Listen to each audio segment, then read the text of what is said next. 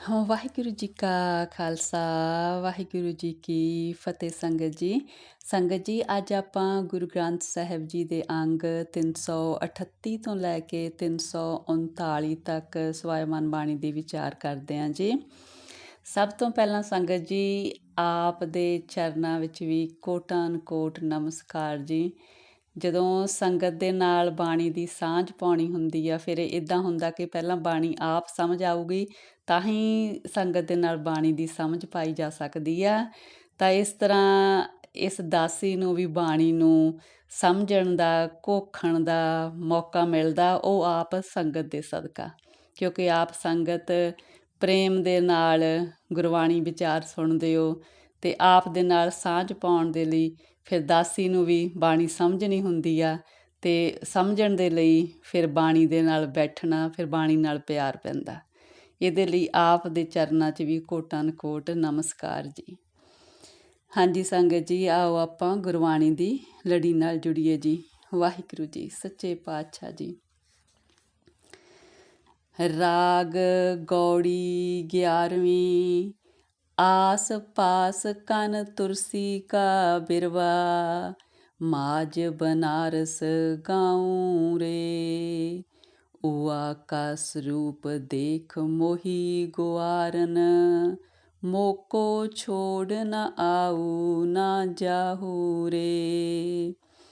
ਤੋਹੇ ਚਰਨ ਮਨ ਲਾਗੋ ਸਾਰਿੰਗ ਧਰ, ਸੋ ਮਿਲੈ ਜੋ ਵਡ ਭਾਗੋ ਰਹਾਓ। ਹਾਂਜੀ ਸੰਗਤ ਜੀ, ਕਬੀਰ ਜੀ ਜਿਸ ਤਰ੍ਹਾਂ ਉਸ ਸਮੇਂ ਦੇ ਸਮਾਜ ਵਿੱਚ ਜੋ ਵਾਪਰ ਰਿਹਾ ਸੀ ਉਹਦੇ ਵਿੱਚੋਂ ਉਦਾਹਰਨਾਂ ਦੇ ਕੇ ਸਾਨੂੰ ਸਮਝਾ ਰਹੇ ਨੇ। ਕਹਿੰਦੇ ਕਿ ਜਿਸ ਤਰ੍ਹਾਂ ਤੁਲਸੀ ਦੇ ਬੂਟੇ ਲੱਗੇ ਹੋਏ ਨੇ ਬਨ ਦੇ ਵਿੱਚ, ਜੰਗਲ ਦੇ ਵਿੱਚ, ਅਤੇ ਉੱਥੇ ਕ੍ਰਿਸ਼ਨ ਜੀ ਗਊਆਂ ਚਰਾ ਰਹੇ ਨੇ।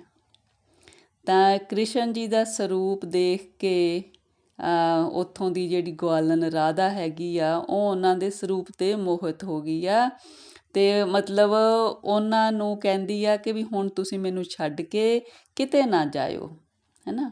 ਵੀ ਇਸ ਤਰ੍ਹਾਂ ਉਹਨਾਂ ਦੇ ਨਾਲ ਉਹਦੀ ਪ੍ਰੀਤ ਪੈ ਗਈ ਆ। ਅਤੇ ਇਸ ਤਰ੍ਹਾਂ ਕਹਿੰਦੇ ਵੀ ਜਿਵੇਂ ਉਸ ਗਵਾਲਨ ਨੂੰ ਤੁਹਾਡੇ ਕ੍ਰਿਸ਼ਨ ਜੀ ਨਾਲ ਪ੍ਰੀਤ ਪਈ ਆ, ਕਹਿੰਦੇ ਇਸ ਤਰ੍ਹਾਂ ਹੀ ਪਰਮਾਤਮਾ ਜੀ ਮੈਨੂੰ ਕਬੀਰ ਨੂੰ ਤੁਹਾਡੇ ਨਾਲ ਪ੍ਰੀਤ ਪੈ ਗਈ ਆ।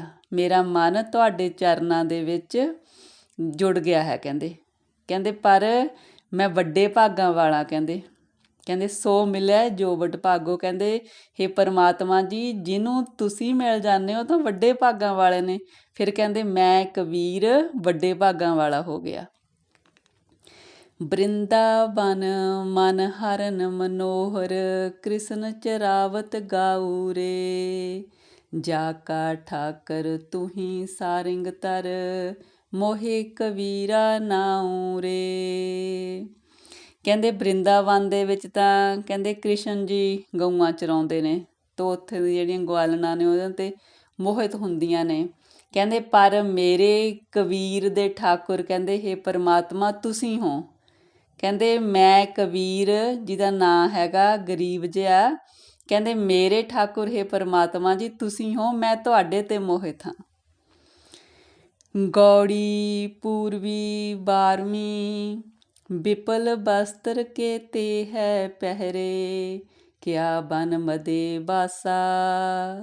ਕਿਆ ਪਿਆ ਨਰ ਦੇਵਾ ਤੋਖੇ, ਕਿਆ ਜਲ ਬੋਰਿਓ ਗਿਆਤਾ।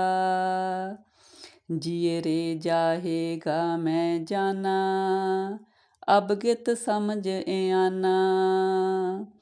ਜਤ ਜਤ ਦੇਖੂੰ ਬਹੁਰ ਨ ਪੇਖੂੰ, ਸੰਗ ਮਾਇਆ ਲਪਟਾਨਾ ਰਹਾਓ।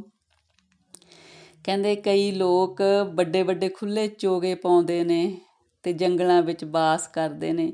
ਦੇਵੀ ਦੇਵਤਿਆਂ ਅੱਗੇ ਕਹਿੰਦੇ ਜਿਵੇਂ ਧੂਫਾਂ ਧੁਖਾਉਂਦੇ ਨੇ, ਆਪਣੇ ਇਸ਼ਨਾਨ ਕਰਦੇ ਨੇ, ਜਿੱਦਾਂ ਸਮਝਦੇ ਨੇ ਵੀ ਤੀਰਥ ਇਸ਼ਨਾਨ ਕਰ ਰਹੇ ਨੇ। ਕਹਿੰਦੇ ਇਹ ਕਰਨ ਦੇ ਨਾਲ ਕੋਈ ਸਾਨੂੰ ਕਹਿੰਦੇ ਪਰਮਾਤਮਾ ਦੀ ਪ੍ਰਾਪਤੀ ਨਹੀਂ ਹੋ ਜਾਂਦੀ। ਕਹਿੰਦੇ ਹੇ ਜਿੰਦੇ, ਇੱਕ ਦਿਨ ਤੂੰ ਇੱਥੋਂ ਚਲੀ ਜਾਣਾ ਹੈ। ਕਹਿੰਦੇ ਇਸ ਗੱਲ ਨੂੰ ਸਮਝ ਤੇ ਉਸ ਪਰਮਾਤਮਾ ਦੇ ਨਾਲ ਸਾਂਝ ਪਾ, ਉਹਦਾ ਨਾਮ ਜਪ ਕੇ। ਕਹਿੰਦੇ ਜਿਹੜੀ ਇਹ ਮਾਇਆ ਹੈਗੀ ਆ, ਮਾਇਆ ਨੂੰ ਦੇਖਦੇ ਆ, ਕਹਿੰਦੇ ਇੱਕ ਤਰ੍ਹਾਂ ਦੀ ਨਹੀਂ ਰਹਿੰਦੀ ਹੈਗੀ ਮਾਇਆ। ਕਹਿੰਦੇ ਜੇ ਅੱਜ ਕਿਸੇ ਕੋਲ ਹੈ ਤਾਂ ਕੱਲ੍ਹ ਉਹਦੇ ਕੋਲ ਨਹੀਂ। ਅੱਜ ਕੋਈ ਅਮੀਰ ਆ, ਕੱਲ੍ਹ ਨੂੰ ਗਰੀਬ ਹੋ ਜੂ, ਅੱਜ ਗਰੀਬ ਆ, ਕੱਲ੍ਹ ਨੂੰ ਅਮੀਰ ਹੋ ਜੂ। ਇਹ ਇੱਕ ਜਗ੍ਹਾ 'ਤੇ ਰਹਿਣ ਵਾਲੀ ਨਹੀਂ, ਇਹ ਬਹੁਤ ਰੰਗੀ ਮਾਇਆ। ਤੂੰ ਮਾਇਆ ਨੂੰ ਲਿਪਟਿਆ ਹੋਇਆ ਜੀਵ, ਇਹਨੂੰ ਛੱਡ ਕੇ ਪਰਮਾਤਮਾ ਨਾਲ ਸਾਂਝ ਪਾ, ਤੂੰ ਇੱਕ ਦਿਨ ਇੱਥੋਂ ਜਾਣਾ ਹੈ। ਗਿਆਨੀ ਧਿਆਨੀ ਬਹੁ ਉਪਦੇਸੀ, ਇਹ ਜਗ ਸਗਲੋ ਧੰਦਾ। ਕਹੇ ਕਬੀਰ ਇੱਕ ਰਾਮ ਨਾਮ ਬਿਨ, ਯਾ ਜਗ ਮਾਇਆ ਅੰਦਾ। ਕਹਿੰਦੇ ਕਈ ਲੋਕੀ ਬੜਾ ਗਿਆਨ ਉਪਦੇਸ਼ ਕਰਦੇ ਨੇ, ਆਪਣੇ ਆਪ ਨੂੰ ਧਿਆਨੀ ਦੱਸਦੇ ਨੇ, ਪਰ ਕਹਿੰਦੇ ਇਹ ਇੱਕ ਤਰ੍ਹਾਂ ਦਾ ਉਹ ਵੀ ਮਾਇਆ ਲਈ ਧੰਦਾ ਕਰ ਰਹੇ ਨੇ। ਜਿਹੜੇ ਕੋਈ ਉਪਦੇਸ਼ ਸੁਣਾ ਰਹੇ ਨੇ, ਗਿਆਨ ਚਰਚੇ ਕਰ ਰਹੇ ਨੇ, ਉਹ ਸਭ ਕਹਿੰਦੇ ਮਾਇਆ ਵਸ ਹੋ ਕੇ ਇਹ ਕੰਮ ਕਰ ਰਹੇ ਨੇ। ਕਹਿੰਦੇ ਕਬੀਰ ਤੂੰ ਸਮਝ ਵੀ ਇੱਕ ਪਰਮਾਤਮਾ ਦੇ ਨਾਮ ਵਿੱਚ ਲੱਗਣ ਤੋਂ ਬਿਨਾਂ ਇਹ ਜੱਗ ਸਾਰਾ ਮਾਇਆ ਵਿੱਚ ਅੰਨਾ ਹੋਇਆ, ਕਿਉਂਕਿ ਮਾਇਆ ਦੇ ਨਾਲ ਲਿਪਟਿਆ ਹੋਇਆ। ਗੌੜੀ 12ਵੀਂ। ਮਨ ਰੇ ਛਾਡੋ ਭਰਮ, ਪ੍ਰਗਟ ਹੋਏ ਨਾਚੋ, ਯਾ ਮਾਇਆ ਕੇ ਪਾਂਡੇ। ਮਨ ਰੇ ਛਾਡੋ ਭਰਮ, ਪ੍ਰਗਟ ਹੋਏ ਨਾਚੋ, ਯਾ ਮਾਇਆ ਕੇ ਡਾਂਡੇ। ਸੂਰ ਕੇ ਸਨਮੁਖ ਰਨ ਤੇ ਡਰ ਪੈ, ਸਤੀ ਕੇ ਸਾਂਚੇ ਪਾਂਡੇ। ਡਗਮਗ ਛਾਡ ਰੇ ਮਨ ਬੌਰਾ, ਅਬ ਤੋ ਜਰੇ ਮਰੇ ਸਿਧ ਪਾਈਐ, ਲੀਨੋ ਹਾਥ ਸੰਦੌਰਾ। ਰਹਾਓ। ਕਹਿੰਦੇ ਹੇ ਮੇਰੇ ਮਨ ਭਰਮ ਛੱਡ ਦੇ, ਕਹਿੰਦੇ ਮਾਇਆ ਦਾ ਪਿੱਛਾ ਛੱਡ ਦੇ। ਕਹਿੰਦੇ ਖੁੱਲ੍ਹੇ ਤੌਰ 'ਤੇ ਕਿਸੇ ਵੀ ਡਰ ਨੂੰ ਛੱਡ ਕੇ ਪਰਮਾਤਮਾ ਦਾ ਨਾਂ ਲੈ। ਕਹਿੰਦੇ ਉਹ ਸੂਰਾ ਹੀ ਕੌਣ ਆ, ਉਹ ਸੂਰਮਾ ਹੀ ਕਿਵੇਂ ਆਖਿਆ ਜਾ ਸਕਦਾ ਜੋ ਰਣ ਭੂਮੀ ਨੂੰ ਦੇਖ ਕੇ ਡਰ ਜਾਏ। ਉਹ ਸੂਰਮਾ ਨਹੀਂ ਨਾ ਆਖਿਆ ਜਾ ਸਕਦਾ। ਫਿਰ ਕਹਿੰਦੇ ਉਹ ਸਤੀ ਵੀ ਨਹੀਂ ਆਖੀ ਜਾ ਸਕਦੀ ਜੋ ਕਹਿੰਦੇ ਹੱਥ ਵਿੱਚ ਸੰਧੂਰਿਆ ਹੋਇਆ ਨੀਲੀਅਰ ਫੜ ਲੈ, ਜਿਹੜਾ ਹੁੰਦਾ ਨਾਰੀਅਲ, ਅਤੇ ਫਿਰ ਕਹਿੰਦੇ ਉਹ ਘਰ ਦੇ ਭਾਂਡੇ ਸਾਂਭਣ ਲੱਗ ਜਾਏ। ਪਿਛਲੇ ਸਮੇਂ ਦੇ ਵਿੱਚ ਜਦੋਂ ਕੋਈ ਇਸਤਰੀ ਸਤੀ ਹੁੰਦੀ ਸੀ ਆਪਣੇ ਪਤੀ ਦੇ ਨਾਲ, ਜਾਂ ਮਤਲਬ ਉਹ ਕਿਸੇ ਵੀ ਦੁਆ ਕਰਕੇ ਹੁੰਦੀ ਸੀ ਜਾਂ ਆਪਣੇ ਮਨ ਕਰਕੇ ਹੁੰਦੀ ਸੀ, ਤਾਂ ਕਹਿੰਦੇ ਸੀ ਵੀ ਜਦੋਂ ਇੱਕ ਵਾਰ ਉਹ ਰੰਗਿਆ ਹੋਇਆ ਨਾਰੀਅਲ ਹੱਥ ਵਿੱਚ ਫੜ ਲੈਂਦੀ ਸੀ, ਫਿਰ ਸਮਝ ਲਿਆ ਜਾਂਦਾ ਸੀ ਵੀ ਹੁਣ ਇਹ ਜ਼ਰੂਰ ਸਤੀ ਹੋਊਗੀ। ਫਿਰ ਕਹਿੰਦੇ ਜੇ ਉਹ ਹੱਥ ਵਿੱਚ ਫੜ ਕੇ ਉਹ ਘਰ ਦੇ ਭਾਂਡੇ ਟੀਂਡੇ ਸਾਂਭਣ ਲੱਗ ਜੇ, ਫਿਰ ਕਹਿ ਨਹੀਂ ਨਾ ਸਕਦੇ ਵੀ ਹੁਣ ਉਹ ਸਤੀ ਹੋਊਗੀ, ਫਿਰ ਉਹਨੂੰ ਨਹੀਂ ਆਖਿਆ ਜਾ ਸਕਦਾ। ਇਸ ਤਰ੍ਹਾਂ ਹੀ ਕਹਿੰਦੇ ਵੀ ਜਿਹੜਾ ਸੂਰਮਾ ਰਣ ਭੂਮੀ ਨੂੰ ਦੇਖ ਕੇ ਡਰੇ, ਫਿਰ ਉਹਨੂੰ ਸੂਰਮਾ ਕਿਵੇਂ ਕਹਿ ਸਕਦੇ ਨੇ। ਇਵੇਂ ਕਹਿੰਦੇ ਪਰਮਾਤਮਾ ਦਾ ਜਿਹੜਾ ਨਾਂ ਲੈਣ ਵਾਲਾ ਹੋਵੇ, ਕਹਿੰਦੇ ਉਹ ਕਿਸ ਤੋਂ ਡਰੇ, ਉਹ ਮਾਇਆ ਦੇ ਕਹਿੰਦੇ ਕਿਉਂ ਮਤਲਬ ਹੱਥਾਂ 'ਚ ਖੇਡੇ। ਕਹਿੰਦੇ ਹੇ ਮੇਰੇ ਮਨ ਮਾਇਆ ਦੇ ਵਿੱਚ ਡਗਮਗ ਕਰਨ ਤੋਂ ਛੱਡ ਦੇ। ਕਹਿੰਦੇ ਹੁਣ ਤੇ ਜਦੋਂ ਹੱਥ ਵਿੱਚ ਸੰਧੌਰਾ ਲੈ ਲਿਆ, ਹੁਣ ਤੇ ਇਹ ਹੈ ਕਿ ਆਪਾ ਭਾਵ ਮਾਰ ਕੇ ਹੀ ਪਰਮਾਤਮਾ ਨੂੰ ਮਿਲਿਆ ਜਾ ਸਕਦਾ। ਹੁਣ ਤੈਨੂੰ ਆਪਾ ਭਾਵ ਮਾਰਨਾ ਹੀ ਪੈਣਾ ਹੈ। ਕਾਮ ਕ੍ਰੋਧ ਮਾਇਆ ਕੇ ਲੀਨੇ, ਯਾ ਬਿਦ ਜਗਤ ਬਿਗੂਤਾ। ਕਹੇ ਕਬੀਰ ਰਾਜਾ ਰਾਮ ਨ ਛੋਡੂੰ, ਸਗਲ ਊਚ ਤੇ ਊਚਾ। ਕਹਿੰਦੇ ਜਿਹੜਾ ਕਾਮ ਕ੍ਰੋਧ ਲੋਭ ਮੋਹ ਹੰਕਾਰ ਆ, ਸਾਰਾ ਜੱਗ ਕਹਿੰਦੇ ਇਹਦੇ ਵਿੱਚ ਫਸਿਆ ਹੋਇਆ। ਪਰ ਕਹਿੰਦੇ ਕਬੀਰ ਜੀ ਕਹਿੰਦੇ ਨੇ ਵੀ ਹੇ ਪਰਮਾਤਮਾ ਜੀ, ਮੈਂ ਤੇਰਾ ਨਾਮ ਨਹੀਂ ਛੱਡਦਾ। ਉਹ ਪਰਮਾਤਮਾ ਦਾ ਨਾਮ ਜਿਹੜਾ ਸਭ ਤੋਂ ਉੱਚਾ ਹੈ, ਕਿਉਂਕਿ ਪਰਮਾਤਮਾ ਸਭ ਤੋਂ ਉੱਚਾ ਅਤੇ ਉਹਦਾ ਫਿਰ ਨਾਮ ਵੀ ਸਭ ਤੋਂ ਉੱਚਾ। ਗੌੜੀ 13ਵੀਂ। ਫੁਰਮਾਨ ਤੇਰਾ ਸਿਰੈ ਉਪਰ, ਫਿਰ ਨਾ ਕਰਤ ਵਿਚਾਰ। ਤੂੰ ਹੀ ਦਰਿਆ ਤੂੰ ਹੀ ਕਰਿਆ, ਤੁਝੇ ਤੇ ਨਿਸਤਾਰ। ਬੰਦੇ ਬੰਦਗੀ ਇਕਤਿਆਰ, ਸਾਹਿਬ ਰੋਸ ਤਰੋ ਕੇ ਪਿਆਰ। ਰਹਾਓ। ਕਹਿੰਦੇ हे ਪਰਮਾਤਮਾ ਜੀ, ਤੇਰਾ ਹੁਕਮ ਮੇਰੇ ਸਿਰ ਮੱਥੇ ਤੇ ਹੈ। ਜਦੋਂ ਕਹਿੰਦੇ ਤੇਰਾ ਹੁਕਮ ਆ ਗਿਆ, ਤੂੰ ਮੈਨੂੰ ਹੁਕਮ ਕਰਤਾ, ਫਿਰ ਕਹਿੰਦੇ ਮੇਰੀ ਆਪਣੀ ਵਿਚਾਰ ਤਾਂ ਕੋਈ ਰਹਿ ਨਹੀਂ ਨਾ ਗਈ। ਕਹਿੰਦੀ ਮੈਂ ਤੇਰਾ ਹੀ ਹੁਕਮ ਦੀ ਪਾਲਣਾ ਕਰਦਾ, ਕਿਉਂਕਿ ਕਹਿੰਦੇ ਜਿਹੜਾ ਇਹ ਸੰਸਾਰ ਸਾਗਰ ਦਾ ਦਰਿਆ, ਇਹਦੇ ਵਿੱਚ ਵੀ ਤੂੰ ਹੀ ਆ, ਅਤੇ ਇਸ ਸੰਸਾਰ ਸਾਗਰ ਤੋਂ ਤਾਰਨ ਵਾਲਾ ਮਲਾਹ ਵੀ ਤੂੰ ਹੀ ਆ। ਤੂੰ ਹੀ ਇਸ ਸੰਸਾਰ ਸਾਗਰ ਤੋਂ ਪਾਰ ਲਾਉਣਾ ਹੈ। ਕਹਿੰਦੇ ਹੇ ਇਨਸਾਨ, ਉਸ ਪਰਮਾਤਮਾ ਦੀ ਬੰਦਗੀ ਵਾਲਾ ਰਸਤਾ ਚੁਣ ਲਾ। ਕਹਿੰਦੇ ਉਹ ਪਰਮਾਤਮਾ ਕਹਿੰਦੇ ਤੇਰੇ ਨਾਲ ਪਿਆਰ ਕਰਦਾ ਅਤੇ ਤੈਨੂੰ ਗੁੱਸੇ ਹੁੰਦਾ। ਕਹਿੰਦੇ ਉਹ ਛੱਡ ਦੇ ਵੀ ਤੈਨੂੰ ਦੁੱਖ ਮਿਲ ਰਿਹਾ, ਸੁੱਖ ਮਿਲ ਰਿਹਾ, ਬਸ ਉਸ ਪਰਮਾਤਮਾ ਦੀ ਬੰਦਗੀ ਕਰਨ ਲੱਗ ਜਾ। ਨਾਮ ਤੇਰਾ ਆਧਾਰ ਮੇਰਾ, ਜਿਉਂ ਫੂਲ ਜਈ ਹੈ ਨਾਰ। ਕਹੇ ਕਬੀਰ ਗੁਲਾਮ ਕਰ ਕਾ, ਜੀਆ ਏ ਪਾਵੈ ਮਾਰ। ਕਬੀਰ ਜੀ ਕਹਿੰਦੇ ਹੇ ਪਰਮਾਤਮਾ ਜੀ, ਮੈਨੂੰ ਤੇ ਤੇਰੇ ਨਾਮ ਦਾ ਐਵੇਂ ਹੀ ਆਸਰਾ ਜਿਵੇਂ ਇੱਕ ਫੁੱਲ ਪਾਣੀ ਦੇ ਆਸਰੇ 'ਤੇ ਜੀਂਦਾ। ਕਹਿੰਦੇ ਇਹ ਕਬੀਰ ਤਾਂ ਤੇਰੇ ਘਰ ਦਾ ਗੁਲਾਮ ਆ, ਹੁਣ ਕਹਿੰਦੇ ਤੇਰੀ ਮਰਜ਼ੀ ਆ, ਮੈਨੂੰ ਰੱਖ ਚਾਹੇ ਮਾਰ, ਵੀ ਮੈਨੂੰ ਚਾਹੇ ਕਿਸੇ ਵੀ ਹਾਲਤ ਵਿੱਚ ਰੱਖ, ਮੈਂ ਤੇ ਤੇਰੇ ਘਰ ਦਾ ਗੁਲਾਮ ਬਣ ਗਿਆ। ਗੌੜੀ 184 ਜੀ ਜੋਨ ਮਹਿ, ਭ੍ਰਮਤ ਨੰਦ ਬਹੁ ਠਾਕੁਰੇ। ਭਗਤ ਹੇਤ ਅਵਤਾਰ ਲਿਓ ਹੈ, ਭਾਗ ਬਡੋ ਬਪੁਰਾ ਕੋਰੇ।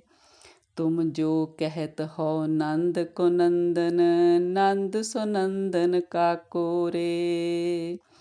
ਧਰਨ ਆਕਾਸ ਦਸੋ ਦਿਸ ਨਾਹੀ, ਤਬ ਇਹ ਨੰਦ ਕਹਾ ਥੋਰੇ। ਰਹਾਓ।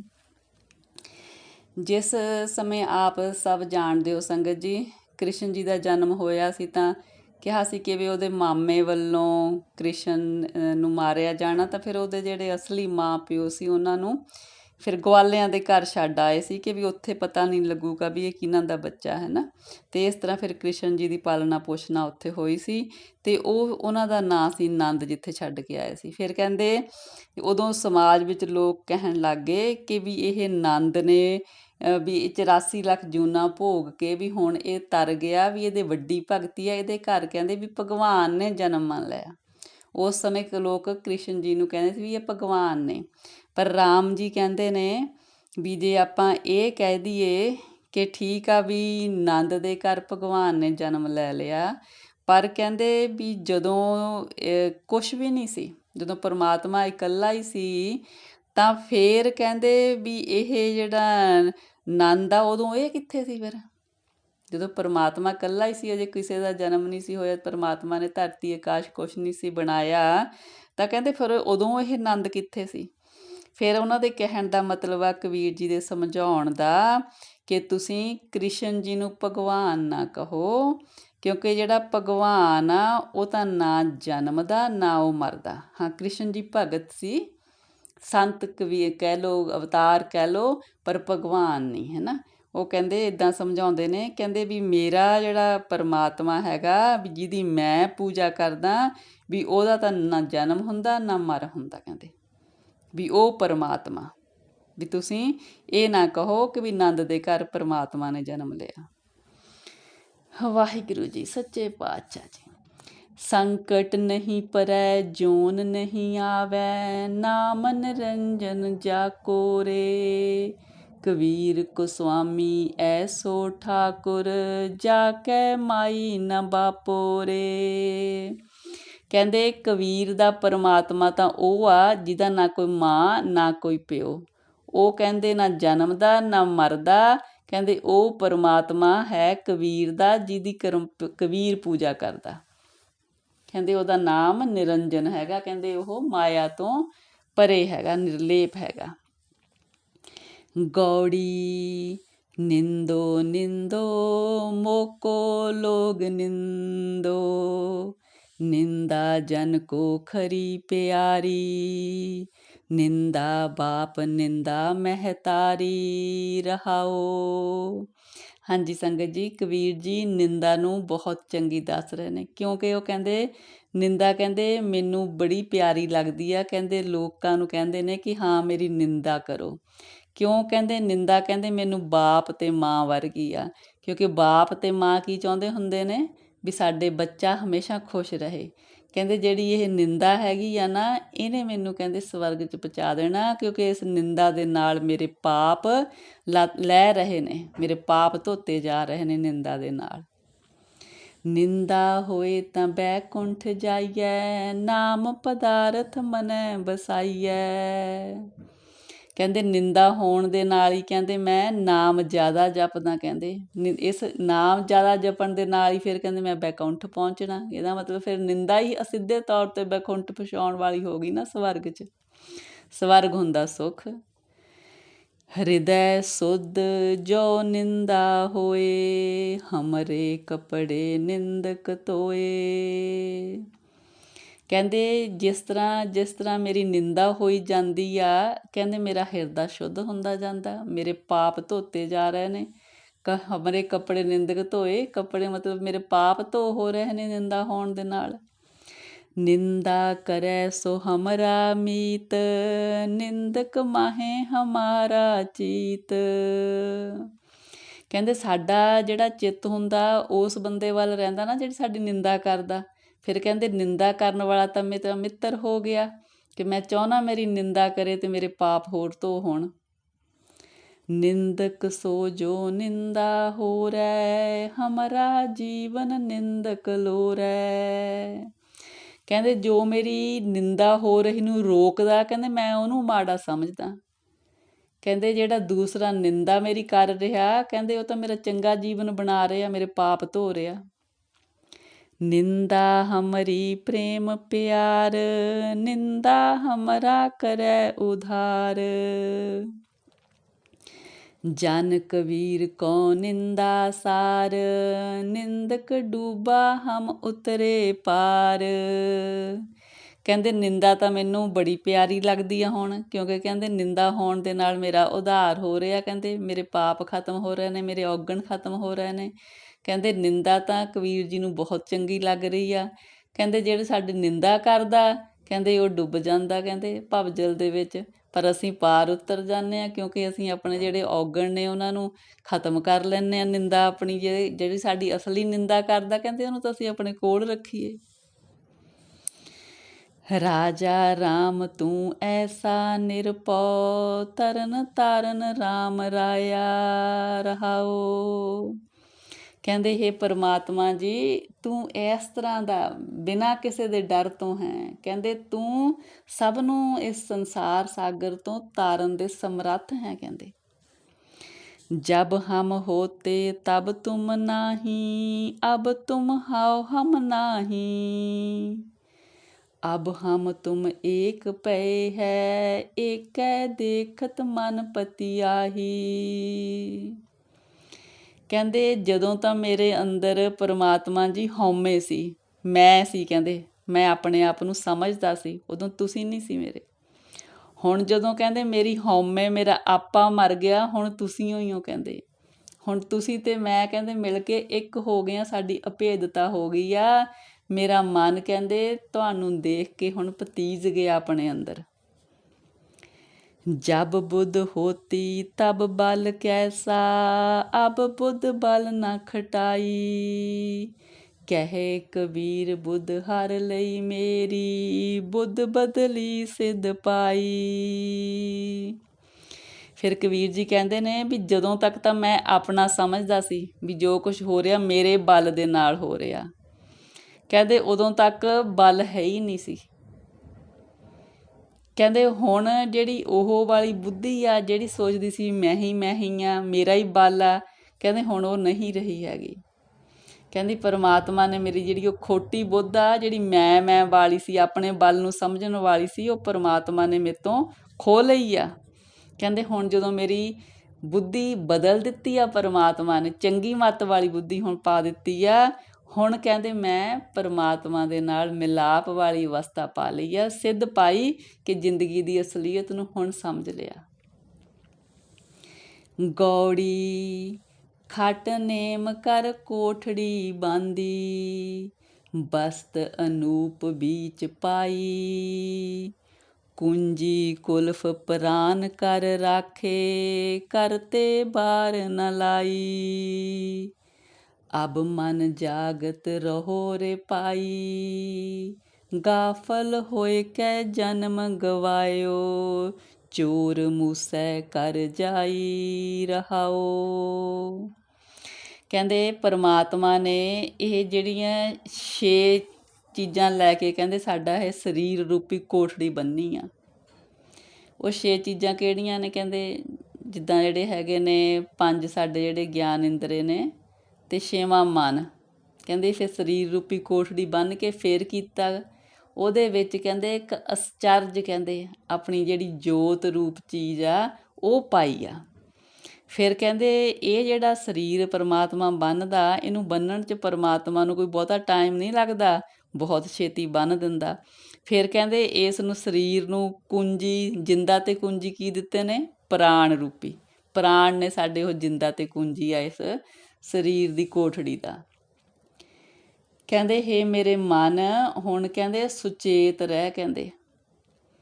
ਕਹਿੰਦੇ ਗਾਫਲ ਨਾ ਹੋ। ਕਹਿੰਦੇ ਜੇ ਤੂੰ ਗਾਫਲ ਹੋਏਗਾ, ਜਿਹੜੇ ਤੇਰੇ ਅੰਦਰ ਇਹ ਕਾਮ, ਕ੍ਰੋਧ, ਲੋਭ, ਮੋਹ, ਹੰਕਾਰ ਚੋਰ ਬੈਠੇ ਨੇ, ਉਹ ਤੇਰਾ ਇਹ ਜਿਹੜਾ ਹੈਗਾ ਘਰ, ਸਰੀਰ ਰੂਪੀ ਘਰ, ਉਹਨੂੰ ਠੱਗ ਲੈਂਦੇ ਨੇ। ਫਿਰ ਕਹਿੰਦੇ ਜਿਹੜਾ ਇਹ ਮਨੁੱਖਾ ਤੇਰਾ ਜਨਮ ਆ ਉਹ ਵਿਅਰਥਾ ਚਲੇ ਜਾਏਗਾ। ਕਹਿੰਦੇ ਹੁਣ ਜਾਗਦਾ ਰਹਿ। ਕਹਿੰਦੇ ਪੰਜ ਪਹਿਰੂਆ ਦਰ ਮਹਿ ਰਹਤੇ, ਤਿਨਕਾ ਨਹੀਂ ਪਤਿਆਰਾ। ਚੇਤ ਸੁਚੇਤ ਚਿਤ ਹੋਏ ਰਹੋ, ਤਉ ਲੈ ਪਰਗਾਸ ਉਜਾਰਾ। ਕਹਿੰਦੇ ਜਿਹੜੇ ਸਾਡੇ ਇਹ 5 ਇੰਦਰੇ ਨੇ ਨਾ, ਅੱਖਾਂ, ਨੱਕ, ਕੰਨ, ਜੀਭ, ਚਮੜੀ, ਕਹਿੰਦੇ ਇਹ ਪੰਜੇ ਕਹਿੰਦੇ ਆਪਣੇ ਆਪ ਤਾਂ ਇਹ ਵੀ ਪਰਮਾਤਮਾ ਨੇ ਪਹਿਰੇਦਾਰ ਖੜੇ ਕੀਤੇ ਨੇ ਸਰੀਰ ਦੇ। ਪਰ ਕਹਿੰਦੇ ਇਹਨਾਂ ਦਾ ਭਰੋਸਾ ਨਾ ਕਰ। ਕਹਿੰਦੇ ਪਰਮਾਤਮਾ ਦਾ ਨਾਂ ਲੈ ਅਤੇ ਸੁਚੇਤ ਰਹਿ, ਵੀ ਜਿਹੜੇ ਦੂਜੇ ਚੋਰ ਨੇ ਉਹ ਇਹਨਾਂ ਜਿਹੜੇ ਪਹਿਰੂਆਂ ਨੂੰ ਆਪਣੇ ਹੱਥ ਦੇ ਵਿੱਚ ਨਾ ਲੈ ਲੈਣ, ਵਸ ਨਾ ਕਰ ਲੈਣ। ਜੇ ਤੂੰ ਸੁਚੇਤ ਰਹੇਗਾ ਤਾਂ ਉਹ ਤੇਰਾ ਸਰੀਰ ਰੂਪੀ ਘਰ ਠੱਗਣਗੇ ਨਹੀਂ ਗੇ। ਪੰਜੇ ਪਹਿਰੇਦਾਰ ਤੇਰੇ ਵਸ ਵਿੱਚ ਰਹਿਣਗੇ, ਤਾਂ ਤੇਰੇ ਅੰਦਰ ਪਰਮਾਤਮਾ ਦੇ ਜੋਤ ਰੂਪ ਜਿਹੜੀ ਅੰਦਰ ਆ ਉਹਦਾ ਪ੍ਰਗਾਸ ਤੂੰ ਮਾਣ ਸਕੇਗਾ। ਨੌ ਘਰ ਦੇਖ ਜੋ ਕਾਮਨ ਭੂਲੀ, ਬਸਤ ਅਨੂਪ ਨ ਪਾਈ। ਕਹਿਤ ਕਬੀਰ ਨਵੈ ਕਰ ਮੂਸੇ, ਦਸਮੈ ਤਤ ਸਮਾਈ। ਕਹਿੰਦੇ ਜਿਹੜੀ ਜੀਵ ਇਸਤਰੀ ਸਾਡੇ ਸਰੀਰ ਦੀਆਂ ਉਹ 9ਵੇਂ ਗੋਲਕਾਂ ਨੂੰ ਦੇਖ ਕੇ ਉਹਨਾਂ ਦੇ ਨਾਲ ਮਾਇਆ ਵਿੱਚ ਗਲਤਾਨ ਰਹਿੰਦੀ ਆ, ਉਹ ਕਹਿੰਦੇ ਜਿਹੜੀ 10ਵੇਂ ਘਰ ਪਰਮਾਤਮਾ ਦੀ ਜੋਤ ਰੂਪ ਇੱਕ ਸੁੰਦਰ ਵਸਤ ਹੈਗੀ ਆ, ਉਹਨੂੰ ਉਹ ਲੱਭ ਨਹੀਂ ਸਕਦੀ। ਕਹਿੰਦੇ ਜਿਸ ਜੀਵ ਇਸਤਰੀ ਦੇ 9ਵੇਂ ਗੋਲਕਾਂ ਮਾਇਆ ਠੱਗ ਲੈਂਦੀ ਆ, ਕਹਿੰਦੇ ਫਿਰ ਉਹ ਜੋਤ ਰੂਪ ਪਰਮਾਤਮਾ ਦੀ ਜਿਹੜੀ ਸਾਡੇ ਅੰਦਰ ਹੈ ਉਹਨੂੰ ਲੱਭ ਨਹੀਂ ਸਕਦੀ। ਉਹ ਜਿਹੜੀ ਜੋਤ ਰੂਪ ਅਸਚਰਜ ਚੀਜ਼ ਆ ਉਹ 10ਵੇਂ ਘਰ ਵਿੱਚ ਸਮਾਈ ਹੋਈ ਆ। 10ਵਾਂ ਘਰ ਹੈਗਾ ਬੁੱਧੀ। ਜਦੋਂ ਬੁੱਧੀ ਇਹਨਾਂ 9ਵਾਂ ਗੋਲਕਾਂ ਦੇ ਅਧੀਨ ਕੰਮ ਕਰਦੀ ਆ, ਫਿਰ ਕਹਿੰਦੇ ਤੁਸੀਂ ਉਹ ਪਰਮਾਤਮਾ ਦੀ ਅਸਚਰਜ ਚੀਜ਼ ਨੂੰ ਨਹੀਂ ਲੱਭ ਸਕਦੇ। ਪਰ ਜਦੋਂ ਜਿਹੜੀ ਬੁੱਧੀ ਹੈਗੀ ਆ ਉਹ ਇਹਨਾਂ 9ਵਾਂ ਗੋਲਕਾਂ ਨੂੰ ਆਪਣੇ ਅਧੀਨ ਕਰ ਲੈਂਦੀ ਆ, ਮਨ ਨੂੰ ਵੀ, ਤਾਂ ਫਿਰ ਕਹਿੰਦੇ 10ਵੇਂ ਦੁਆਰ ਦੇ ਵਿੱਚ ਉਹ ਪਰਮਾਤਮਾ ਦੀ ਜੋਤ ਰੂਪ ਦਾ ਆਨੰਦ ਮਾਣਦੀ ਆ। ਬਹੁਤ ਹੀ ਪਿਆਰੇ ਤਰੀਕੇ ਨਾਲ ਕਬੀਰ ਜੀ ਨੇ ਸਭ ਕੁਝ ਸਮਝਾਇਆ। ਸੱਚੇ ਪਾਤਸ਼ਾਹ ਜੀ ਸਭ 'ਤੇ ਮਿਹਰਾਂ ਕਰੀ ਜੀ। ਹਾਂਜੀ ਸੰਗਤ ਜੀ, ਇੰਨੀਆਂ ਵਿਚਾਰਾਂ ਪ੍ਰਵਾਨ ਕਰਨੀਆਂ ਜੀ। ਵਿਚਾਰਾਂ ਦੀ ਸਾਂਝ ਪਾਉਂਦਿਆਂ ਹੋਈਆਂ ਅਨੇਕਾਂ ਗਲਤੀਆਂ ਮੇਰੀਆਂ ਬਖਸ਼ਣੀਆਂ ਜੀ। ਸਤਿਗੁਰੂ ਜੀ, ਪਰਮੇਸ਼ਰ ਜੀ, ਆਪ ਦੀ ਧੁਰ ਕੀ ਬਾਣੀ ਦੀ ਵਿਚਾਰ ਕਰਦਿਆਂ, ਬਾਣੀ ਪੜ੍ਹਦਿਆਂ ਹੋਈਆਂ ਅਨੰਤ ਗਲਤੀਆਂ ਇਸ ਬੱਚੀ ਨੂੰ ਅਣਜਾਣ ਸਮਝ ਕੇ ਬਖਸ਼ਣੀਆਂ ਜੀ। ਅੱਗੇ ਤੋਂ ਸਮਤ ਦੇਣੀ ਸਤਿਗੁਰੂ ਜੀ। ਵਾਹਿਗੁਰੂ ਜੀ ਕਾ ਖਾਲਸਾ, ਵਾਹਿਗੁਰੂ ਜੀ ਕੀ ਫਤਿਹ ਜੀ। ਵਾਹਿਗੁਰੂ ਜੀ, ਵਾਹਿਗੁਰੂ ਜੀ, ਵਾਹਿਗੁਰੂ ਜੀ, ਵਾਹਿਗੁਰੂ ਜੀ, ਵਾਹਿਗੁਰੂ।